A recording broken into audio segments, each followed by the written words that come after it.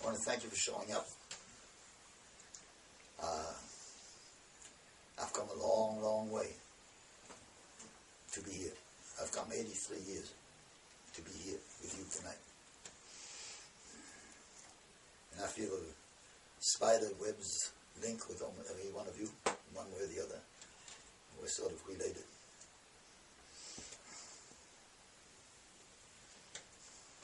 When you come to a reading, you usually expect you're going to have a poetry reading. I'm going to disappoint you. I'm going to read one poem. And then I'm going to read stories. Because in reality, I'm not a poet. I've never considered myself. I've written a poetry book. And I've written about a bit of poetry, which is pretty good, if I say so myself. But I'm not a poet. I'm a writer. I'm not even a writer. I'm a storyteller. And after all my life, I've told stories. And I've told them once, and I've told them twice. And every time I tell them, there's a flower added here, no ribbon added here. And the next thing you know, it's complete. And from then on, the story is identical every time. Every time. And what's wonderful about this is that the people who have never heard the joke before will laugh, if you know what I mean. In other words, I will relive the space that I was in at the time. Do you follow? By telling it, I relive, I am there. And that's maybe one of the reasons why the people who are on the other end of this are there a little bit too. And that's my hope anyway. So, I'll read you one poem to start with. Where am I? Am I here? I lost my reading glasses. I don't know where. So this is just the magnifying glasses.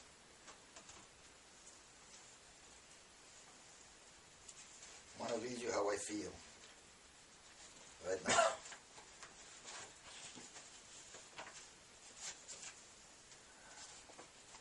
What fortune mine? I feel so blessed. There's a fire in the stove and wood on the pile. There's fruit in my garden and the hens are laying. The water is water in my well, milk in the fridge, bread in the oven and love in my bed. There's mail in the mailbox and a dog at my feet. There are lilacs and roses and lilies of the valley and big redwood trees to remind me of my mortality. There's an ocean out there that I see every day with new eyes as it changes with the tides. There are threads to linked ones, dear ones who have come from my seed, as beautiful as any poem I have ever written. And it all comes together like a great big tapestry of wonder and awe, and most of all, of love.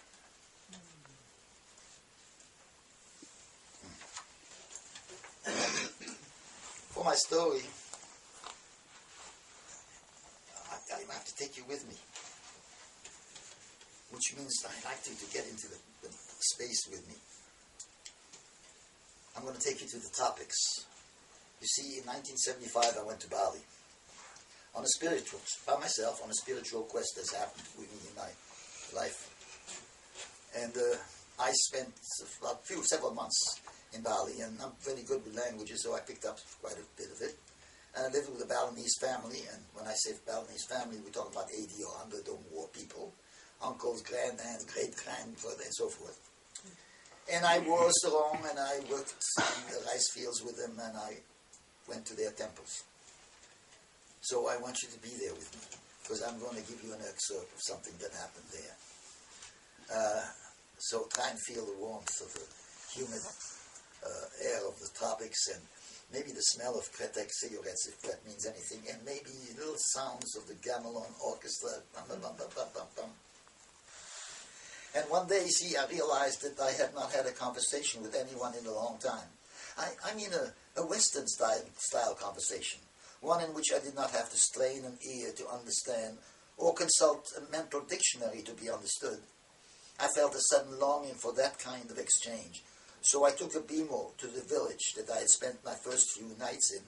I remembered that there were tourists and travelers there, and I needed some company. So in Kuta, I sat by the side of the road in a cafe, drinking coconut juice and watching three Australians to one side talking about surfboards and motorcycles.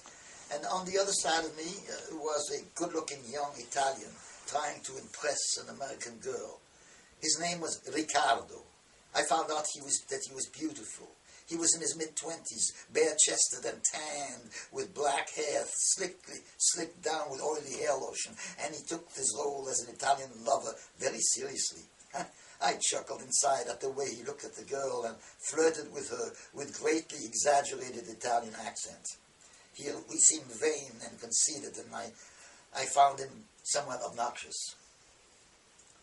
That evening, while walking down the path down toward my hut, I encountered a familiar aroma, one I had not smelled in a long time. Someone, somewhere, was smoking pot. Ooh, I followed my nose into this thatched-roof dirt-floor cafe, where this heavy-set German guy was standing by the bar talking with the Balinese owner and holding a joint. "Excuse me," I said to him, I haven't smoked glass in a long time. Do you think I could get a hit from you? "Oh, sure," he said, and he passed it to me, adding, "It's Sumatran." Well, I'm not much of a pot smoker, but I've smoked quite a bit of everything, like from Panama Red to Acapulco Gold to Maui Wowie to Comchi Killer, if you remember any of that. So I paid no attention to what he said, and I took a few hits, and we talked for a while, and then I thanked him and left. Well, I walked down the path feeling a little high, and suddenly it hit me. It hit me like a ton of bricks. I had never tripped on anything, and I felt like this was tripping. I could hear my heart beating in my ears, and a powerful fear gripped me. I was going to die. I was dying, and I was afraid. And I was alone. Panic. Some distance ahead, I saw the flickering light of an alcohol lamp, and I walked into this cafe, and sitting there was Ricardo, leaning into this English girl's face and flirting into it in heavily accented, flowery language. I was desperate. There was no one else. In any case, I didn't know anyone I could turn to in my frightened state, so I walked up to him. I said, Ricardo, please, I need you. I just smoked some Sumatran and I'm dying. I'm sorry if I didn't know how he would respond. "Oh, all right, it's all right," he said with compassion, and turning to his lady friend with urgency. "I have to go. I'm sorry, I have to go. I see you later." "Come," he said to me. "I take care of you. We've got to go outside." I was surprised by his reaction. He recognized my need, and I felt grateful. "I'm dying," I said. Yes, I know, but you can't die inside. You must die outside." Yeah. And he walked me outside into the tropical night. It was still warm and humid, and he held my arm and led me to a mat under an elaborately carved stone sculpture of some mythical creature from the Ramayana. I was shaking. "You must lay down," he said, pointing to the mat. "You can't die standing up. You must lay down." It made sense, so I stretched out flat on my back, and the world stopped spinning. "You won't go away, will you, Ricardo? You'll stay with me?" The feeling of imminent death was strong, and the fear of death was overwhelming. You'll stay with me till I'm finished dying?" "Don't worry, I'll stay. And well, that made me feel better. I guess I prejudged Ricardo. He had given up his lady friend to help someone who he didn't know. I was impressed. I looked up at the creature carved into the stone, and it seemed to me to move menacingly, as if death was hovering over me. "I'm afraid," I said. "It's okay," he said. "It's okay to be afraid." I shivered and looked past the carved creature. The sky was lit up with so many stars, and lying there on my back, they seemed so close and gave me a sense of belonging. It was beautiful, and my fear subsided. Ricardo was kneeling next to my side, and it suddenly occurred to me that I, being in my late 40s, Ricardo might think that I'm seriously unhealthy, that I have some concern over my health, so I raised myself up on my elbow, and I said, "Listen, Ricardo, there's nothing wrong with me, you understand? I don't have a heart condition or anything like that." He says, yes, I know. He said, "You're just dying, that's all." "That's right, I'm just dying, that's all." And that's all it was. And I lay on my back and watched Balinese dances in the sky, and felt watched over by and protected by this Italian Ricardo, until my death came and went and left me without fear. Then Ricardo helped me up. "Oh, you okay now?" I said, "Oh yes, I'm okay, thank you." "You sure?" "Yes, I'm sure. I'm very grateful." I shook his hand warmly, and he turned and went back into the cafe. I knew I had a debt to pay. What I didn't know was how soon. The following afternoon I was walking down the path and I saw Ketut, a young girl I had met and spoken to previously. She was all decked out in a colourful finery. Bagus, Ketut, I said. Imana Pergi, where are you going? I am going to Pura temple. You come too. I hesitated. I didn't have a sash, and you don't go to a temple without a sash. I'll have to go back to my hut and get a sash, I told her. She gave me a big smile. All right, I go ahead with procession, but you come, yes, you go down beach, turn left, jalan, jalan, walk, walk, walk, walk. And she waved her hand to show distance, walk, walk, to Pura. I went back, put on a brightly colored sash, and I bought some incense and rice cakes. I put them on a small straw plate, and then I walked toward the beach. On the way, I picked the head of a few bright red flowers and laid them on the plate alongside the incense. I saw the last rays of the sun setting in the ocean and took note of the number of footprints in the sand off to the left. I walked, as Ketut said, and walked, and it got dark. I knew it was a distance, but I had no notion how far walk meant. I must have walked a couple of miles, and the beach was deserted. I was no longer in Kuta, and there were no houses or structures of any kind. But still, there, on the sand, I could just make out the footprints of the procession, and perhaps 50, 60 people who had preceded me, so I continued on. By then, it was pitch black.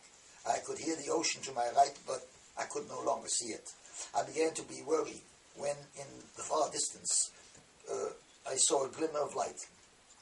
I walked toward it, and when I came closer, I saw a woman, vendor, there on the beach, with a table covered with fruit and cakes, and drinks and of all kinds. She sat on a small bench by the light of her alcohol lamp. It was strange. Who was she selling to? But I walked over to her. Silakan, please. Dimana Pura?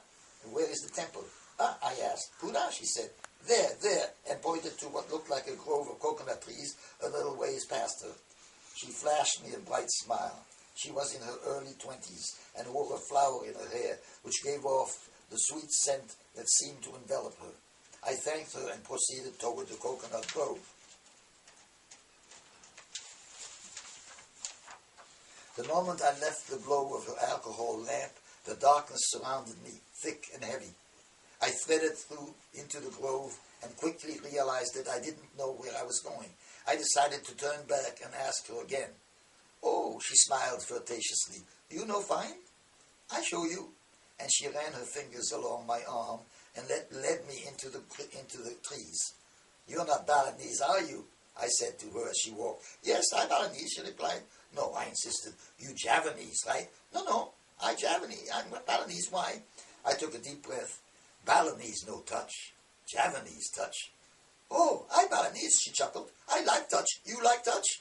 And she caressed my arm with her hand. Well, yes, I stammered. She smiled. You come my warong after Pura, yes, after temple? I was confused, but I nodded. Through the trees I could see a clearing and the flicker of many lights. There, she pointed. There, Pura. And she turned and disappeared into the darkness. In the clearing, some 50 people were gathered, men, women, and children. Some were sitting in rows on their thongs with their offerings in front of them, chattering. The children were playing, and there was a fair amount of noise up front. Near an elaborate altar, there was the Pamanku, a priest, the toothless old man with a white headless. It was burning incense and cleansing himself with the smoke. I didn't see Ketut, though I'm sure that she was there somewhere. I sat on the ground, placed my offering in front of me, and waited. There didn't appear to be any order and it all seemed so chaotic. People talking, children running and laughing, and everybody sat there impatient. I was waiting like a Westerner. I was waiting for the movie to begin. A few loud voices here and there. The children settled down somewhat. The chatter became down to a whisper. Someone coughed. Then there was a hush. A silence all the more impressive by contrast with the din that had preceded it. I felt a warmth, a communion of spiritual energy gathering. It was powerful and elevating. And I found myself swept up with it. Everyone had lit their incense, purified themselves by bringing the smoke with their hand over their face, and sat there, eyes closed, meditating. I did the same. There was a mighty current of energy swirling in the warm air all around me. It was electrifying, and I felt myself soaring into space, becoming one with all things, flying like a white dove above the trees and landing in a shimmering field of incredibly beautiful flowers after an ecstatic flight. Then I felt a few sprinkles of rain upon my head. It was cool and refreshing, and I bowed under its caress. There were more sprinkles, and I felt blessed and lowered my head still further till my head nearly touched the ground. I had no measure of time, and have no idea of how long all this took. But when I came out of it, the Pomanku stood over me, his hand still dripping with the holy water. He had come around and sprinkled the participants back to the moment. Seeing me in the fifth row, deeper in meditation with each sprinkle, he came to personally help me back. He nodded and gave me a knowing look, and I was not embarrassed. Everyone started to get up and begin a long walk back to Kuta. A few hands reached for me and helped me to my feet, and we walked hand in hand through the coconut grove to the beach. The moon had come out. It was nearly full and hung over the ocean, shimmering in the water and shedding a bright light on the sand. I was in bliss. I broke with the hands that held me and walked the back of the procession, swirling in the overwhelming emotion of the mystical experience I had just gone through. It all seemed so unreal. "Pergi a voice shouted into my rapture. I shook my head in an attempt to return to reality and saw the young Balinese woman in front of the table. "Pergi come," she repeated and gave me a come here wave with a hand. I don't know what I was doing or what I was responding to, but I let the people walk on and slowly made my way back up to the beach to her alone. She had a straw mat on the floor in front of her table, and I sat down and stared at the ocean. "Mao Makam? Want eat?" she asked softly. I heard her voice as through a fog. "No, thank you," I responded mechanically, not looking at her. "Mao Minu? You want drink?" I took a deep breath. "Tidak, no," and continued staring at the waves breaking on the beach some distance in front of me. "Pisang? Banana," she said, and held a banana up to my face. "Tidak." Some moments of silence followed as the procession disappeared in the distance and the ocean remained lit under the silver-white moon. Then the question came out of nowhere. "Want make love?" she said. I was startled.